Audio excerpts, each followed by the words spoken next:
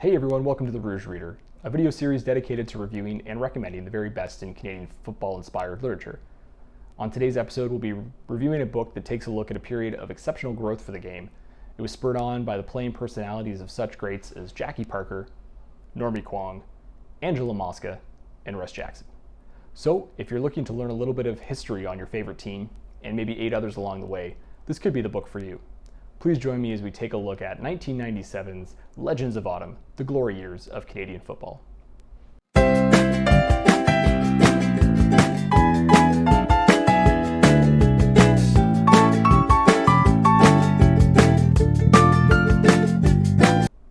Legends of Autumn was first published in 1997 by co-authors Danny Boyd and Brian Scribner, and serves as a historical snapshot of the game between the 1950s and the 1970s.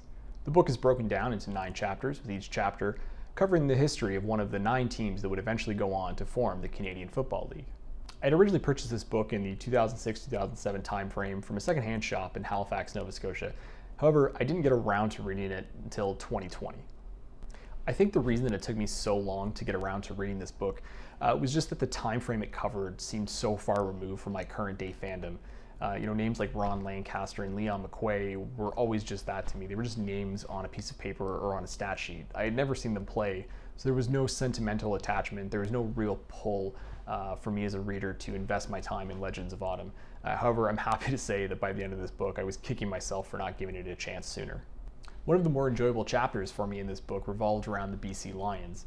Danny Boyd was a journalist in the Vancouver area for over 30 years, so he has some very valuable insight onto the early days struggles both on the field and the clubhouse for the organization. And eventually he takes the reader on a great journey from that starting point to the highest of highs in 1964 when they would defeat the Hamilton Tiger Cats for their very first Grey Cup victory. The Lions would once again kind of dip after that into relative mediocrity, not seeing real sustained success until the late 80s, early 90s. As a modern day fan, I've only really ever known the BC Lions up until recently to be a very competitive football club, always in the playoff mix and presenting problems for opponents come November. So to learn about this side of the club's history, I found extremely interesting. Boyd and Scribner also do a fantastic job of adding beautiful black and white photography throughout the book. It really goes a long way in helping to bring the stories more to life, especially for more modern day fans that wouldn't have grown up in this era. It's pretty cool to be able to read about guys from your favorite team and then flip a couple pages to see them there in black and white. Really helps, like I say, bring that story more to life and is a really nice feature of this book. Legends of Autumn is an easy to pick up, hard to put down book that offers something for old and new fans of the Canadian game alike.